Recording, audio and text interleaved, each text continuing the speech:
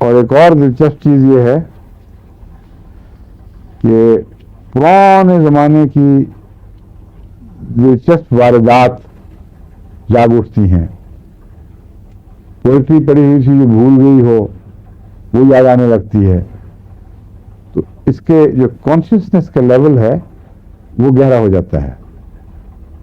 وہ سطح کی کانشیسنیس نہیں رہتی بلکہ سب کانشیس کی طرف یوں جیسی حرکت کرتی ہے اور شعور کا دائرہ پھیل جاتا ہے. ہاں ہمارے شعور کا دائرہ سطحی رہتا ہے. اگر کنسنٹریٹ کریں تو کچھ کانشیسنیس میں اترتا ہے, تبھی ہم باتیں یاد کرنے کے لیے غور سے چیز ڈھونڈتے ہیں کہ وہ یاد آ جائے. اس میں از خود ہی وہ جو یا کانشیسنیس یعنی شعور بیداری کے ساتھ احساس ایک چیز کا وہ گہرا ہو جاتا ہے. بس دور کی آوازیں بھی سنتا ہے اور دور کے واقعات بھی یاد آ جاتے ہیں اور دور کی پڑھی ہوئی پوئٹری بھی یاد آ جاتی ہے. پرانے زمانوں کے مزے بھی یاد آ جاتے ہیں. کوئی بچپن میں کوئی بھولی ہوئی چیز, خاص خوشبو, خاص کوئی چیز, تو ایسے مریض کو اچانک وہ مزہ آنا شروع ہو جائے گا. یہ علامتیں خاص اس کی مزدار ہیں, بے شک ٹھیک نہ کریں اس کو. ضروری نہیں کہ ان باتوں کو بھی علاج کیا جائے. اور سردی مصیبت ہے اس کے لیے, سردی بہت لگتی ہے. اور منہ کے درد میں برف کا پانی منہ میں ہولڈ کرنے سے آرام ملتا ہے. دانتوں کی درد میں بھی, اس کی دانتوں کی درد بھی بڑی تیز ہوتی ہے اور اکثر اعصابی ہوتی ہے صرف نروز کی وجہ سے. اور نروز کو اگر گرم کریں تو زیادہ تکلیف ہوتی ہے دانتوں کے نروز کو, اس لیے گرم پانی کا ایک گھونٹ بھی عذاب بن جاتا ہے. لیکن ٹھنڈ آرام دیتی ہے اور وجہ اس کی یہی ہے. کافیہ بھی اسی لیے ٹھنڈ مانگتی ہے کیونکہ اس کی دانت کی درد یا منہ کی دوسری تکلیفیں زیادہ اعصابی نوعیت کی ہیں, یعنی نرو کے دھاگے جو ہیں وہ زود حس ہو جاتے ہیں.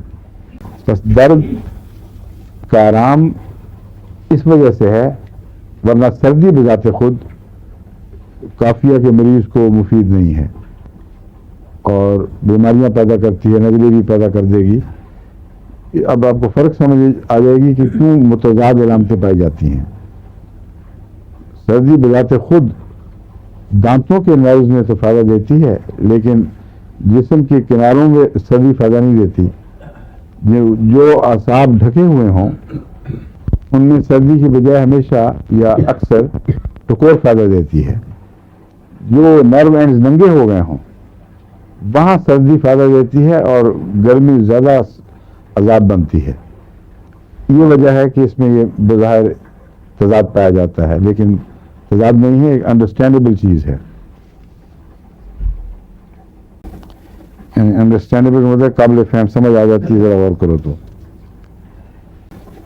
میں نے بتایا تھا کہ چہرہ اس کا ضروری نہیں تنتما ہوا نہیں ہوتا عموماً, لیکن بعض بیماریوں میں اس کی جب اس کی ضرورت پڑتی ہے تو سر کی طرف دوران خون ہونے کی وجہ سے وہ گرم محسوس ہوتا ہے, ہاٹ ہیڈ یا ہاٹ فیس, مگر اس کا زیادہ احساس سے تعلق ہے, مگر لگتا ہے بیلڈونا کی طرح ہی. اس لیے بعض ڈاکٹر جب وہ یہ کہے کہ جی میرے سر میں دباؤ ہے خون کا اور گرمی لگ رہی ہے تو بیلڈونا دے دیں گے. بیلڈونا یا فائدہ نہیں دے گا یا تھوڑا سا دے کر پھر بیماری موت کر آئے گی. ایسی صورت میں اس کا اور کافیہ کا فرق یہ ہوگا, صرف کافیہ میں بھی یہ علامت ہے کہ بیلڈونا کا مریض تو سلگش ہوتا ہے, اسٹوپرز کی سی کیفیت ہے, اس کے دماغ میں شعور میں ایک غفلت سی پائی جاتی ہے, اور اس کا بڑا نمایاں اور ہوش مند. تو ایسا مریض جو ہوش مند بھی ہو اور بالکل کھلی کھلی باتیں سمجھتا ہو, دیکھتا ہو, اور بیلڈونا کی علامت پائی جائے, اس کو کاکولس دیں, نہ وہ کافیہ دیں. ٹھیک ہے.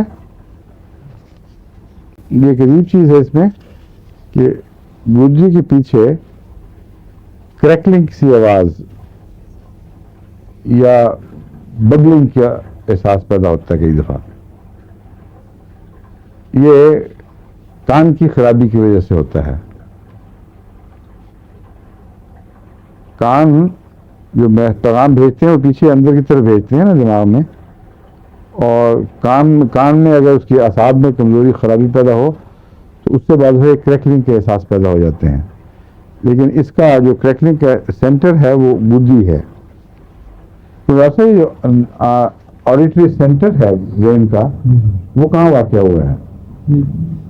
بدھی میں تو نہیں، باہر اوپر سیریبرم اس بیک پہ ہے نا؟ پیچھے کی طرف. جی اچھا، اوپر یا پیچھے؟ سائڈ پہ، دونوں سائڈ پہ، جی مطلب پیچھے کی طرف. جی. اس لیے اس کی وجہ سے نہیں ہوگا، پھر کچھ اور بات ہوگی. تو اس میں تو بدھی جو سر کے پچھلے حصے میں اتنا حصہ جو ہے نا گردن تک، اس کو بدھی کہتے ہیں. اس حصے میں اگر یہ ببلنگ یا کریکلنگ کا احساس ہو تو اس میں اچھی ہے.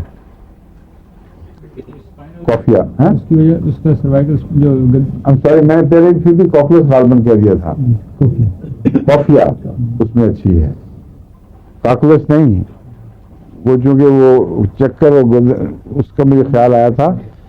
کوفیا میں یہ بات ہے کہ آواز جو پیدا ہوتی ہے نا پٹاخوں کا، یہ احساس یہ کان میں بجنے کی بجائے پیچھے لگتا ہے. یہ عجیب بات ہے، یہ کوفیا کی نام کوکلس کی نہیں ہے.